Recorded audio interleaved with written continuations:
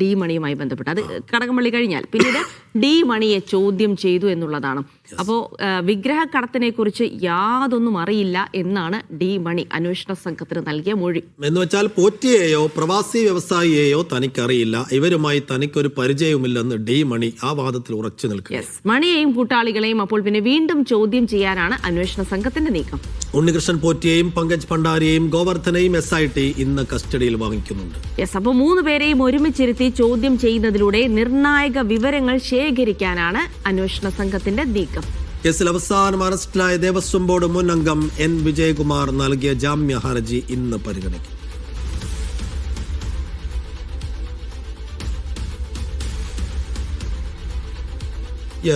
Sibi Joseph അതിന്റെ വിശദാംശങ്ങളുമായി തിരുവനന്തപുരത്ത് നിന്ന് ചേരുകയാണ്.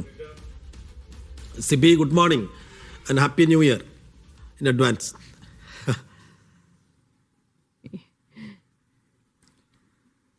Good morning, happy new year Jilsy, Saifu. ഒരു പുതിയ വർഷം നല്ല മനോഹരമാകട്ടെ. Happy new year. ശരി, താങ്ക് യു. അപ്പോൾ നമുക്ക് ഈ സ്വർണ്ണക്കൊള്ളയുമായി ബന്ധപ്പെട്ട് അന്വേഷണങ്ങളിലേക്ക് കടക്കുമ്പോൾ ഇന്നലെ കടകംപള്ളിയെയും PS പ്രശാന്തിനെയും ചോദ്യം ചെയ്തു എന്ന വാർത്ത വന്നതിന് ശേഷമുണ്ടായ ഒരു പ്രധാന ഡെവലപ്മെന്റ് അത് ഡി മണിയുടെ ചോദ്യം ചെയ്യലാണ്. അപ്പോൾ നേരത്തെ എങ്ങനെയാണോ ഡി മണി അന്വേഷണ സംഘത്തോട് പ്രതികരിച്ചിരുന്നത് അതേ രീതിയിൽ തന്നെ അന്വേഷണവുമായി സഹകരിക്കാൻ സാധിക്കില്ല എന്നുള്ള രീതിയിൽ തന്നെയാണ് ഇന്നലെയും വന്നത്. അതായത് തനിക്കൊന്നും അറിയില്ല എന്നുള്ളതിന്റെ നിലപാടിൽ ഉറച്ചു നിൽക്കുകയാണ്. അപ്പോൾ ഇനിയിപ്പോൾ ജനുവരി ആദ്യവാരം റിപ്പോർട്ട് സമർപ്പിക്കേണ്ടതുണ്ട്. അതിന് മുന്നോടിയായി കൃത്യമായി വിവരങ്ങളിലേക്ക് SITക്ക് എത്തേണ്ടതുണ്ട്. അപ്പോൾ ഇനി ഈ കേസുമായി ബന്ധപ്പെട്ട് എല്ലാവരും നോക്കുന്നത് കടകംപള്ളിയിലേക്കും PS പ്രശാന്തിലേക്കും വീണ്ടും അന്വേഷണത്തിന്റെ ചോദ്യമുനകൾ എത്തുമോ എന്നുള്ളതാണ്. അതിനുള്ള സാധ്യത എത്ര കണ്ടുണ്ട്? അപ്പോൾ ഡി മണി കേസുമായി സഹകരിക്കാത്തത് അന്വേഷണ സംഘത്തെ പ്രതിസന്ധിയിലാക്കുന്നുണ്ടോ?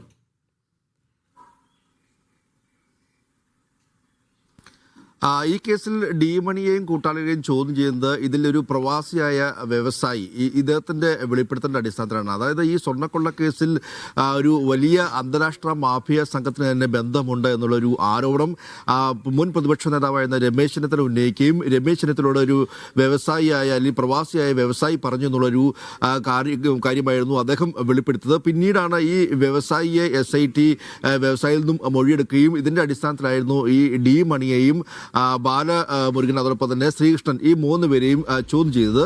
പക്ഷേ ഈ ചോദ്യം ചെയ്തതിൽ നിന്നും ഇപ്പോൾ 2 തവണയായി ചോദ്യം ചെയ്യുന്നു. പക്ഷേ ഇപ്പോഴും ഈ ഡി മണി ഉറച്ചു നിൽക്കുന്നത് തനിക്ക് പോറ്റിയെയോ ഈ വ്യവസായിയോ അറിയില്ല എന്നുള്ള കാര്യത്തിൽ ഉറച്ചു നിൽക്കുന്നു. മാത്രമല്ല ഈ വിഗ്രഹക്കടത്തുമായി ബന്ധപ്പെട്ടുകൊണ്ട് തങ്ങൾക്ക് യാതൊരു പങ്കുമില്ല എന്നും ഇപ്പോൾ ഈ മൊഴികൾ ആവർത്തിക്കുന്ന ഒരു പശ്ചാത്തലമാണുള്ളത്.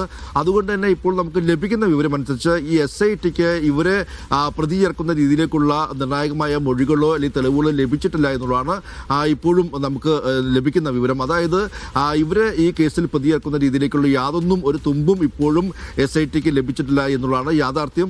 പക്ഷേ എങ്കിൽ പോലും ഇവരുടെ മൊഴികൾ പൂർണ്ണമായും SIT അത് വിശ്വസിച്ചിട്ടില്ല. ഇനിയും വേണമെങ്കിൽ അന്വേഷണത്തിന്റെ ഭാഗമായി വീണ്ടും ഇവരെ ചോദ്യം ചെയ്യാനുള്ള സാധ്യതയുണ്ട്. അതേസമയം തന്നെ ഇവർക്ക് ഈ വെളിപ്പെടുത്തൽ നടത്തിയ ഈ വ്യവസായിയായ ഈ പ്രവാസിയായ വ്യവസായി ഇയാളെ വീണ്ടും വിളിച്ചു വരുത്തിക്കൊണ്ട് ഇയാളിൽ നിന്നും വീണ്ടും മൊഴിയെടുക്കാനുള്ള തീരുമാനം കൂടി SITയുടെ ഭാഗത്തുനിന്നുണ്ടായിട്ടുണ്ട്.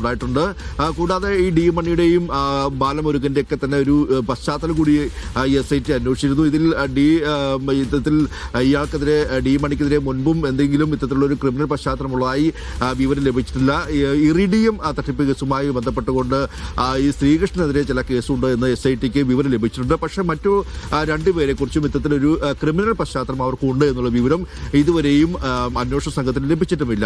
എന്തായാലും ഈ കേസിൽ ഇപ്പോഴും ചോദ്യം ചെയ്യൽ അവസാനിച്ചിട്ടില്ല. ഇപ്പോൾ 2 തവണ ഇവരെ ചോദ്യം ചെയ്തെങ്കിലും ഇതുവരെയും കൃത്യമായി ഈ ഒരു സ്വർണ്ണക്കൊള്ളയുമായി ബന്ധപ്പെടുത്താനോ അല്ലെങ്കിൽ വിഗ്രഹ കടത്തുമായി ബന്ധപ്പെടുത്താനോ ഉള്ള വിവരങ്ങൾ ഇതുവരെയും SITക്ക് ലഭിച്ചിട്ടില്ല എന്നുള്ളതാണ് ഇപ്പോൾ നമുക്ക് ലഭിക്കുന്ന ഒരു വിവരം. അതോടൊപ്പം തന്നെ ഇവരെ ഇന്നലെയും ചോദ്യം ചെയ്ത ശേഷം വിട്ടയക്കുന്ന ഒരു പശ്ചാത്തലമാണ് വിട്ടയക്കുന്ന ഒരു സാഹചര്യമാണ് എന്തായാലും ഉണ്ടായത്. ഇനി എന്തായാലും ഈ വ്യവസായിയിൽ നിന്നും വീണ്ടും മൊഴി രേഖപ്പെടുത്തുകയും ചെയ്യും. അതേസമയം തന്നെ ഇതിൽ ഏറ്റവും പ്രധാനപ്പെട്ട ഒരു സംഭവം, അതായത് ഈ കഴിഞ്ഞ ശനിയാഴ്ച നടന്നത് ഇതിൽ കടകംപള്ളി സുരേന്ദ്രനെയും അതോടൊപ്പം തന്നെ PS പ്രശാന്തിനെയും ചോദ്യം ചെയ്തു എന്നുള്ളതാണ്. ഇത് ഏറെ നിർണായകമാണ്. പ്രത്യേകിച്ച് നമുക്കറിയാം ഇപ്പോഴും ഈ സ്വർണ്ണക്കൊള്ള കേസുമായി ബന്ധപ്പെട്ടുകൊണ്ട് നേരിട്ട് സംസ്ഥാന സർക്കാരിലേക്ക് എത്തുന്ന ഒരു ഘട്ടം കൂടിയെന്ന് നമുക്ക് പറയേണ്ടി വരും ഈ ഒരു കടകംപള്ളി സുരേന്ദ്രൻ അടക്കം ചോദ്യം ചെയ്യുമ്പോൾ. പക്ഷേ അദ്ദേഹം പറയുന്നത് താൻ ദേവസ്വം വകുപ്പിലെ മന്ത്രി എന്ന നിലയിൽ, പക്ഷേ ഈ പോറ്റിയെ അറിയാം, പോറ്റിയെ ഒരു സ്പോൺസർ എന്ന നിലയിൽ അറിയാം, പക്ഷേ മറ്റൊരു ബന്ധവുമില്ല. മാത്രമല്ല ഈ ഒരു ദ്വാരപാലക ശില്പങ്ങളും അതോടൊപ്പം തന്നെ ഈ കട്ടിളപ്പാളിയും എല്ലാം തന്നെയും സ്വർണ്ണം പൂശാൻ പോകുമ്പോൾ അത് ദേവസ്വം ബോർഡാണ് തീരുമാനമെടുക്കേണ്ടത്. ദേവസ്വം വകുപ്പിൽ അത്തരത്തിലൊരു അപേക്ഷ ലഭിച്ചിട്ടില്ല, ഒരു കത്തും ലഭിച്ചിട്ടില്ല എന്ന കാര്യത്തിൽ അദ്ദേഹം ഉറച്ചു നിൽക്കുകയും അത് ഇന്നലെ മാധ്യമങ്ങളോട് പറയുകയും ചെയ്തു. 2019 താൻ ദേവസ്വം മന്ത്രിയായിരുന്ന കാലത്ത് അന്നുണ്ടായ ചില സംഭവങ്ങൾ തന്നോട് ചോദിച്ചറിഞ്ഞു എന്ന് മാത്രമായിരുന്നു കടകംപള്ളിയുടെ ഒരു മറുപടി. എന്തായാലും നിലവിൽ ഈ കടകംപള്ളിയിലേക്കും PS പ്രശാന്തിലേക്കും എത്താനുള്ള മറ്റൊരു തെളിവുകൾ ഇപ്പോഴും അന്വേഷണ സംഘത്തിന് ലഭിച്ചിട്ടില്ല. ഇനി വേണമെങ്കിൽ അന്വേഷണ ഘട്ടത്തിൽ എന്തെങ്കിലും ഉണ്ടെങ്കിൽ മറ്റ് പത്മകുമാറിന്റെ അല്ലെങ്കിൽ വിജയകുമാറിന്റെ ഒക്കെ മൊഴിയുടെ അടിസ്ഥാനത്തിൽ എന്തെങ്കിലും ഉണ്ടെങ്കിൽ വീണ്ടും ഒരുപക്ഷെ ചോദ്യം ചെയ്തേക്കാം. എന്തായാലും നിലവിൽ ഇപ്പോൾ വീണ്ടും ചോദ്യം ചെയ്യാനുള്ള സാഹചര്യമുണ്ട് എന്ന് അന്വേഷണ സംഘം ഇപ്പോൾ വെളിപ്പെടുത്തുന്നുമില്ല. എന്തായാലും ഈ അന്വേഷണം വലിയ രീതിയിൽ CPM-നെയും സംസ്ഥാന സർക്കാരിനെയും ഈ 2025 ഉറച്ചു എന്ന കാര്യത്തിൽ യാതൊരു സംശയവുമില്ല. ഇനിയിപ്പോൾ ഇന്ന് നടക്കാൻ പോകുന്ന കോടതിയിലെ ഏറ്റവും പ്രധാനപ്പെട്ട കാര്യം ഈ ഉണ്ണികൃഷ്ണൻ പോറ്റിയെയും അതോടൊപ്പം തന്നെ ഗോവർദ്ധൻ ഭണ്ഡാരി ഈ 3 പേരെയും ഒരുമിച്ചിട്ട് ചോദ്യം ചെയ്യാനുള്ള ഒരു കസ്റ്റഡി അപേക്ഷ ഇപ്പോൾ നൽകിയിരിക്കുകയാണ്. കൊല്ലം കോടതിയിലാണ് ഇന്നിപ്പോൾ അപേക്ഷ നൽകുന്നത്. ഇതിൽ പ്രധാനമായും ഈ സ്വർണം പോയ വഴി കണ്ടെത്തുക എന്നുള്ളതാണ് ഏറ്റവും പ്രധാനപ്പെട്ട കാര്യം. ഇതിൽ ചെന്നൈയിലെ സ്മാർട്ട് എയർ ക്രിയേഷൻസ് അവിടെ എത്തിയാണ് ഇതിൻ്റെ എല്ലാം തന്നെയും ഈ സ്വർണം ഉരുക്കിയെടുക്കുകയും അതിൻ്റെ വിഹിതം ഉൾപ്പെടെ എല്ലാം തന്നെയും ഈ സ്വർണ്ണ വ്യാപാരി ഉൾപ്പെടെ പങ്കിട്ടെടുത്തു എന്നുള്ളൊരു വിവരം SIT ലഭിക്കും. അതിൻ്റെ അടിസ്ഥാനത്തിലാണ് ഇത്തരത്തിൽ ഈ പങ്കജ് ഭണ്ഡാരിയൊക്കെ ചോദ്യം ചെയ്യുകയും പിന്നീട് അറസ്റ്റ് രേഖപ്പെടുത്തുകയും ചെയ്തിട്ടുള്ളത്. ഇവരെ വീണ്ടും ഉണ്ണികൃഷ്ണൻ പോറ്റിയെയും ഭണ്ഡാരിയെയും ഗോവർദ്ധനെയും ഒരുമിച്ച് ചോദ്യം ചെയ്യുക. അതിൻ്റെ ഭാഗമായി വീണ്ടും ഈ സ്വർണം പോയ വഴിയെ സംബന്ധിച്ചും ഇത് ഉരുക്കി ആർക്കൊക്കെ വീതം വെച്ചു, ഇതെങ്ങനെയൊക്കെ കൊണ്ടുപോയി എന്നടക്കമുള്ള കാര്യങ്ങളിൽ കൂടുതൽ വ്യക്തത നൽകിക്കൊണ്ടാണ് ഇന്നിപ്പോൾ അവരെ ചോദ്യം ചെയ്യാൻ വേണ്ടി കസ്റ്റഡി അപേക്ഷ നൽകിയിരിക്കുന്നത്. ഈ കസ്റ്റഡിയിൽ ഒരു ദിവസത്തെ കസ്റ്റഡി അപേക്ഷയാണ് ചോദിച്ചിരിക്കുന്നത്. ഒരു ദിവസത്തെ കസ്റ്റഡി അപേക്ഷയിൽ ഈ 3 പേരെയും പോറ്റിയെയും ഭണ്ഡാരിയെയും ഗോവർദ്ധനെയും ഒരുമിച്ചിരുത്തി ചോദ്യം ചെയ്യുക എന്നുള്ളത് തന്നെയാണ് SITയുടെ നീക്കം. ആ രീതിയിൽ സ്വർണം പോയ വഴി എങ്ങനെ എന്ന രീതിയിൽ കൃത്യമായ ഒരു വ്യക്തത വരിക എന്നുള്ളതാണ് ഇതിൽ ഏറ്റവും പ്രധാനപ്പെട്ട കാര്യം.